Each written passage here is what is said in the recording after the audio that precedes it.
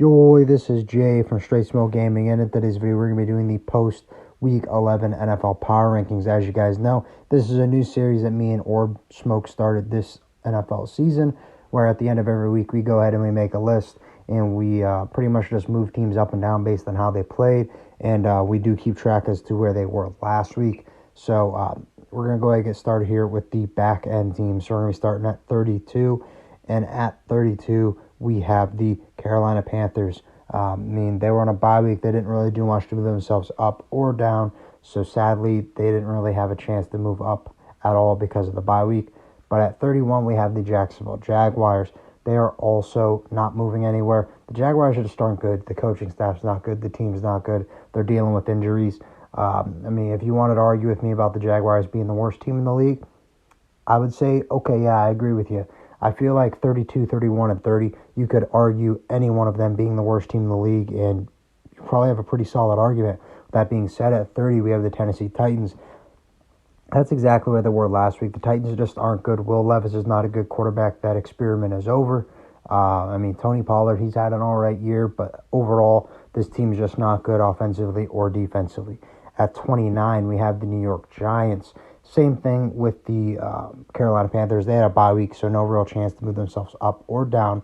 So that's exactly where they were last week. I do want to note, though, that Daniel Jones was benched. He's now officially the third-string quarterback on the Giants.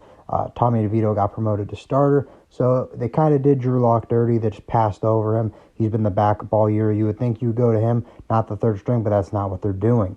At 28, you got the Las Vegas Raiders. They dropped 2 spots. The Raiders, I feel like they're lacking star power on offense. Max Crosby, he's good. No questions about that. But this team is just not good offensively at all. Gardner Minshew, he could be a good quarterback if you have pieces around him, and the Raiders don't have any pieces to put around him. At 27, you have the Cleveland Browns. That's exactly where they were last week. They did have a pretty bad loss this week to the Saints, but I made a call, and I said they are not moving anywhere. They're not moving up or down because of how Jameis Winston played. At the beginning of the year, the biggest thing with the Browns was their quarterback play. Jameis Winston played phenomenal this game. I think it was almost 400 yards passing. He had 2 touchdowns, completed, I think it was over 60% of his passes, so pretty good game from Winston. At 26, you got the New England Patriots. They move up 2 spots. They had a loss, but they're playing really well. They almost came back against the Rams and got the win. So, with that being said, we're going to bump them up just because of how good they played. At 25, we got the New York Jets. That's exactly where they were last week. They had a close loss. It was a loss, but it was close, so that's why we're not moving them down in the rankings. At 24, we got the Dallas Cowboys. They dropped 1 spot. This team is hurt. They're missing their starting quarterback, so it's kind of hard to, expect them to win because Dak Prescott is good, I guess, when you look at how good Cooper Rush is. But overall, they did lose, so we got to drop them 1 spot. At 23, we got the Chicago Bears. They dropped 2 spots. They had a pretty heartbreaking loss to the Green Bay Packers. This coaching staff is probably the one holding back this team. I think Caleb Williams is good. I think the defense is good. I think once they get new coaches in there, they will be doing a lot better. At 22, you got the New Orleans Saints. They move up 2 spots from last week. The Saints, they're looking a lot better now that Derek Carr is healthy. Don't get me wrong, they still do have a lot of injuries, missing their wide receiver 1 and 2. But with Derek Carr healthy, he's playing a lot better. Taysom Hill is having a pretty good big role in this offense due to injuries, and he's performing. At 21, we have the Cincinnati Bengals. They dropped 4 spots. They had a loss this week, and I've been trying to cut the Bengals breaks all year. They're playing good. They're putting up points. They're in close games, but I just can't do that anymore. They're losing too much, so they're going to drop 4 spots. At 20, we got the Indianapolis Colts moving up 2 spots. Anthony Richardson got back a starting spot, and he looked really good. I think this benching is what they needed for Anthony Richardson to kind of develop and understand a little bit more. If he's going to come out and play like how he did this week against the Jets, this team could keep moving up, and Anthony Richardson might be the franchise guy. At 19, you got the Los Angeles Rams. They move up 1 spot. They had a win, but it was over the Patriots, so can't move them up too far because the Patriots are not a quality opponent. Same thing with the Miami Dolphins. They're at 18. They move up 1 spot. Can't move them up too far, though, because it was against the Raiders. So the Rams and Dolphins both got wins, but it was against bad opponents. At 16 or 17, we have the Atlanta Falcons. They dropped 6 spots. The Falcons just aren't good. I mean, they're too like boom or bust every week. Some weeks they're really good, some weeks they look horrendous, and this is one of the weeks where they look horrendous. So I'm going to drop them 6 spots just because you need to be consistent in the NFL, and that is the complete opposite of what the Falcons are. If the Falcons keep losing games, and who knows, maybe the Saints keep winning, maybe they have an argument at winning that division, or even the Bucks too. At 16, you got the Arizona Cardinals. They don't move anywhere. They run a bye week, had a hard time moving up or down, in our opinion. At 15, you got the Denver Broncos. They move up 3 spots. Big win over the Atlanta Falcons. The Broncos are actually kind of surprising. Bo Nix is looking really good in the second half of the year.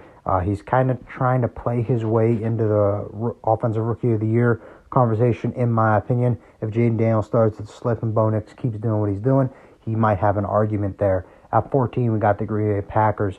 They get the win, but that's exactly where they were last week. I can't move them up because it was a close win over the Chicago Bears. They got lucky. I mean, if you want to get technical, they blocked the field goal to win it. But, I mean, there probably was a flag there. They were all over the snapper. And as far as I know, you cannot touch the snapper. So, I mean, if you call that a penalty, who knows? The Green Bay Packers might lose that game. At 13, you got the Tampa Bay Buccaneers. They had a bye week, couldn't really move them up or down. So, yeah, back to what I was saying with the Packers. It was just a close one. I can't move them up too far. At 12, you got the Seattle Seahawks.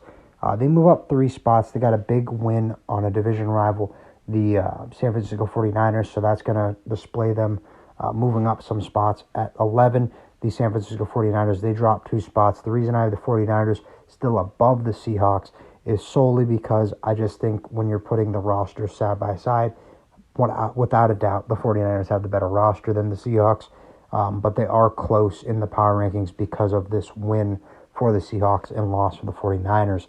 At 10, the Washington Commanders, they dropped 2 spots. They had a bad loss, division game. They kind of wanted to win to cement yourself as a legit team over the Philadelphia Eagles, but hey, they lost.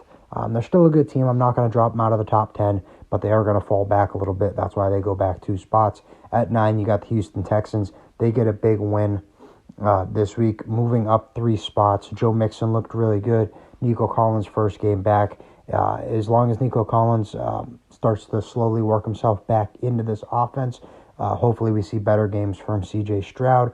The big thing with them is that they had a lot of wide receiver injuries, but they are starting to come back healthy now.